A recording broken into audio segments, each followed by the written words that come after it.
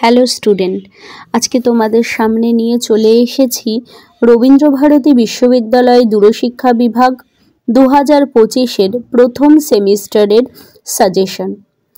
তোমাদের সেমিস্টার সবে শুরু হয়েছে। আমাদের ক্লাসের শুরুতেই আমরা একটা সাজেশন দিয়ে থাকি।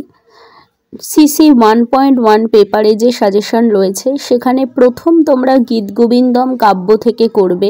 গীতগোবিন্দম কাব্যের পরিচয়, বাংলা সাহিত্যে গীতগোবিন্দমকে কেন অন্তর্ভুক্ত করা হলো, এই প্রশ্নটা তোমাদের করতে হবে।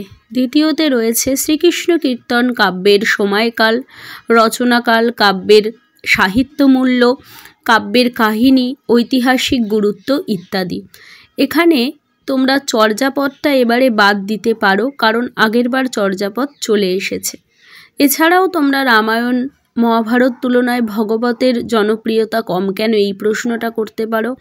মঙ্গল কাব্যের সমাজচিত্র, সাধারণ বৈশিষ্ট্য, মঙ্গল কাব্যের দুজন কবি, চণ্ডীমঙ্গল কাব্যের কাহিনী, চণ্ডীমঙ্গল কাব্যের শ্রেষ্ঠ কবি মুকুন্দ চক্রবর্তীর পরিচয় বা কৃতিত্ব, এটা খুবই গুরুত্বপূর্ণ একটি প্রশ্ন। এরপর রয়েছে শিবায়ন মঙ্গল কাব্য কিনা অভিমত দাও। এই প্রশ্নটাও খুব জরুরি। যেহেতু আগের বছর ধর্মমঙ্গল কাব্য চলে এসেছে, তাই এবার তোমরা ধর্মমঙ্গল কাব্য বাদ দিতে পারো।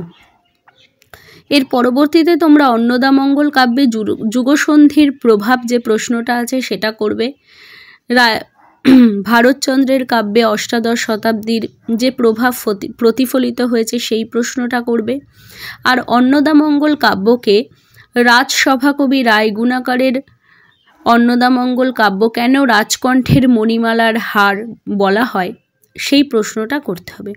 এছাড়া নাথ সাহিত্য, ময়মনসিংহ গীতিকা তোমরা করতে পারো।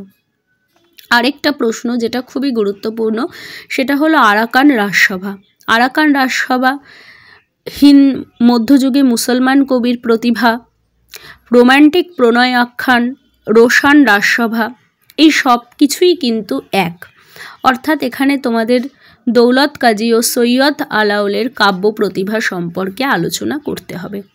এরপর চৈতন্য জীবনী থেকে তোমরা চৈতন্য পূর্ববর্তী, পরবর্তী, সমসাময়িক, বৈষ্ণব পদাবলী থেকে এগুলি করতে পারো। জ্ঞানদাসকে রোম্যান্টিক কবি বলা হয় কেন, খুব গুরুত্বপূর্ণ প্রশ্ন।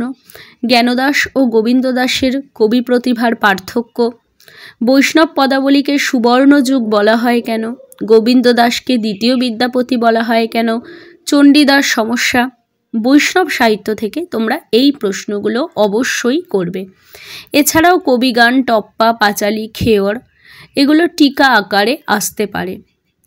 টিকা হিসেবে তোমরা মঙ্গল কাব্যের চরিত্রগুলোকেও করতে পারো, যেরকম ফুল্লরা, কালকেতু, লক্ষিন্দর ইত্যাদিদের ছোট ছোট চরিত্রগুলি আছে, সেগুলোও তোমরা করতে পারো। এছাড়া শাক্ত পদাবলীর সমাজচিত্র, সামাজিক রাজনৈতিক পরিবেশ, এগুলোও তোমরা করে রাখতে পারো।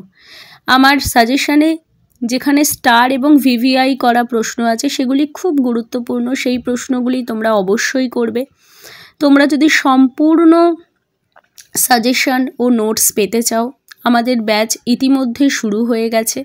আমি স্ক্রিনের নিচে একটি নাম্বার দিয়ে রাখলাম, সেটি আমার হোয়াটসঅ্যাপ নাম্বার এবং কলিং নাম্বার।